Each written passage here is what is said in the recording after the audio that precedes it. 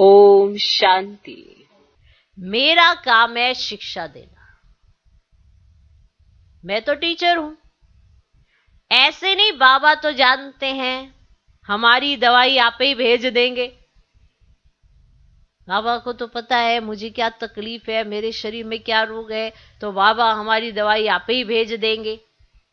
बाबा कहेंगे बीमारी है तो डॉक्टर के पास जाओ। हाँ, सबसे अच्छी दवाई है योग। बाकी मैं कोई डॉक्टर थोड़े ही हूं जो बैठ दवाई दूंगा। हाँ, कभी दे भी देता हूं। ड्रामा में कुछ नूंद है तो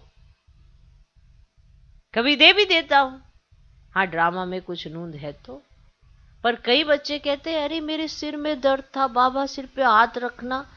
फिर थोड़ी देर बाद ये ठीक नहीं हुआ, बाबा ने हाथ तो रखा था, ठीक सा नहीं हुआ सिर दर्द। ये बाबा कोई वो तुम्हारे ये शरीर के रोग ठीक करने आया या आत्मा पे जो रोग लगा है उसको ठीक करने आया? कईयों का ऐसे बैठा होता है और कईयों को बाबा दवाई दे भी देता है।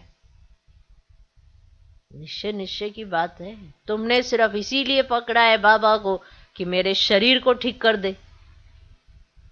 कई कहते हम ना इतने वर्षों से आ रहे हैं, मेरी टांगे मेरी कमर ठीक ही नहीं हो रही है। कहते थे ठीक हो जाते हैं, यहाँ पे आते हैं ठीक ही नहीं होने पे आ रही है। अरे ये रूहानी डॉक्टर है, रूह को ठीक करेगा। शरीर को ठीक करना है उसके लिए हॉस्पिटल है ना, डॉक्टर है ना, वो वहां पे जाओ। बाबा कोई उनकी वो बंद थोड़ा कराने आया है दुकानें। बाकी मैं तुम्हारी आत्मा को इंजेक्शन लगाने आया हूं। ड्रामा में है तो कभी दवाई भी देते हैं, कभी दवाई दे भी देते हैं। बाकी ऐसे नहीं बाबा समर्थ है, हमारी बीमारी को क्यों नहीं छुड़ा सकते हैं। भगवान तो जो चाहे सो कर सकता है।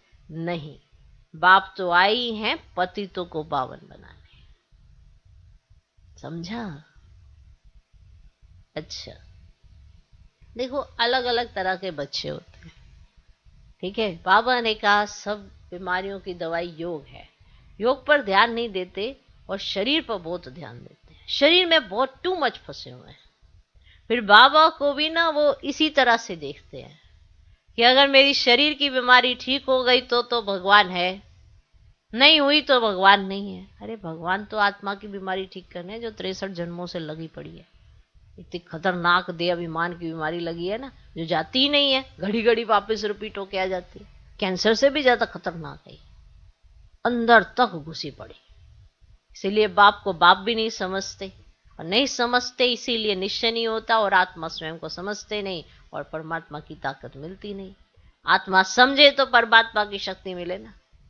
आज शरीर बीमार है, कईयों को फिर बाबा बता देते हैं कि अच्छा ये खा लो। कई बार ऐसे जब बेगरी पाठ था तो पता है दमा वालों को भी कहा था ये लस्सी और डोडा खा लो, बताओ खा लो।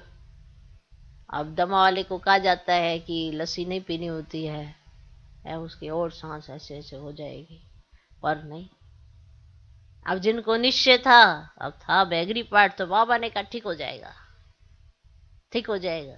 निश्चय के ऊपर निर्भर करता है। अब कई बाबा ने कहा ठीक हो जाएगा तो ठीक हो गया, इस निश्चय के साथ चलते हैं तो उनका अपने आप काम करने लग जाता है, सारी चीजें काम करने लग जाती है। जिनको बाबा ने कहा ठीक हो, अभी तो ठीक ही नहीं हुआ है, जो यही इसी जांच पड़ताल में तो बाबा ने ये भी कहा है मैं को तुम्हारे शरीर की बीमारियां ठीक करने नहीं आया तो सबसे पहले इनकी ठीक कर देता, फिर तो सबसे पहले इनकी ठीक कर देता है ना। इतनी दादियां, हमारे बड़े मारुति, फिर सबको शरीर में कोई ना कोई व्याधि थी तो पहले उनकी ठीक कर देता। ये तो निश्चय करना है कि बाप किस लिए आया है। बाबा शारीरिक नहीं, रूहानी बीमारी जो लगी पड़ी है ना 63 जन्मों की, वो ठीक करने आया है, जिसके चलते तुम अंदर से खत्म हो चुके हो। इसलिए याद की यात्रा करो और वो बीमारी ठीक करो, शरीर भी अपना तंदुरुस्त हो जाएगा। ओके, ज्ञान होगा तो शरीर से ऊपर उठेगा और उस पर जीत पा सकेगा। ओके, ओम शांति।